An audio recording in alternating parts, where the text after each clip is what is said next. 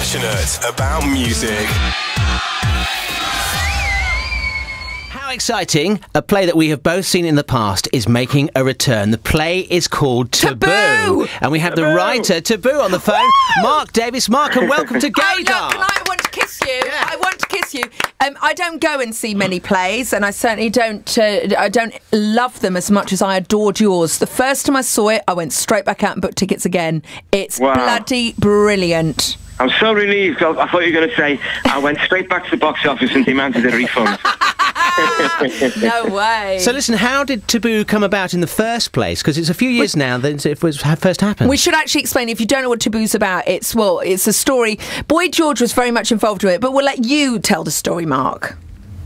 Yeah, back when it happened, I mean, we're talking I think around about 1999, right? Probably half your listeners weren't even born then. But 1999, my agent rang up and said, Christopher Renshaw, director, and Boy George are looking to sort of find a writer to collaborate on a new play. And he said to me, it's about this. It's about Boy George, Madeline, Steve Strange. Knowing you as I do, if anyone on the books is, appropriate to write this, it'll be you. And I met Chris, and I think I'd seen about 3 musicals in my life at the time. And I think that probably sent a few shockwaves around. Anyway, with George, we got on really well right from the word go. I mean, we're similar ages. I grew up in the kind of club scene in Liverpool. He was doing similar things, obviously, in London. We both went through that T-Rex, Bowie, Roxy phase. Funk, punk, post-punk, funk. So we connected on a real sort of pop level. And I'd always really admired him. Whenever George came on the telly or whatever, I was always really glued to this fascinating character who was always going to be funny. And you never knew what he was going to say. And he was just a great British eccentric. When we went to see it, Boy George was actually in it, and I didn't. Well, we handed our tickets in, and the person on the door went, "Oh, good luck!" And I went, "What's going on?" And we were literally in the front row, and it was surrounded by people who got Taboo T-shirts on. They knew all the words. The fans that got involved in this, and then when Boy George actually came out, who played Leigh Bowery, guess what? Guess what, Mark? What? He came and sat on my knee. Get lost. He did, and I screamed. I bet you've never washed those trousers again, have you? I haven't, and I screamed, and he kind of jumped up and went on to someone else. But it's the most unusual, heartwarming, moving musical that I've seen. I think it's my favourite one I've ever seen, and I mean that.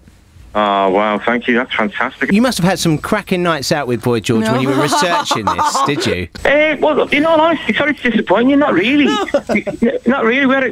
When we go out, we have a laugh. Yeah. But, no, I'm a bit more of a sort of now to stay at home or go to theatre type person and crack on with the work, really.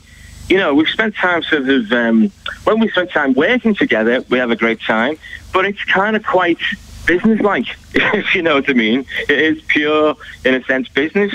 But having him around presumably as well helped in terms of finding out more about people like Leigh Bowery, who's one of the key figures. Oh yeah, no, he's great for that. I mean, what's great about George is that you get him in the room and you start talking about stuff. He's got a fantastic memory, and he can act it all out, and he's great remembering dialogue. And he'll sit with me and he'll say, you've got to put this line in, or this joke in, or put that in. And sometimes it works, obviously, sometimes it doesn't.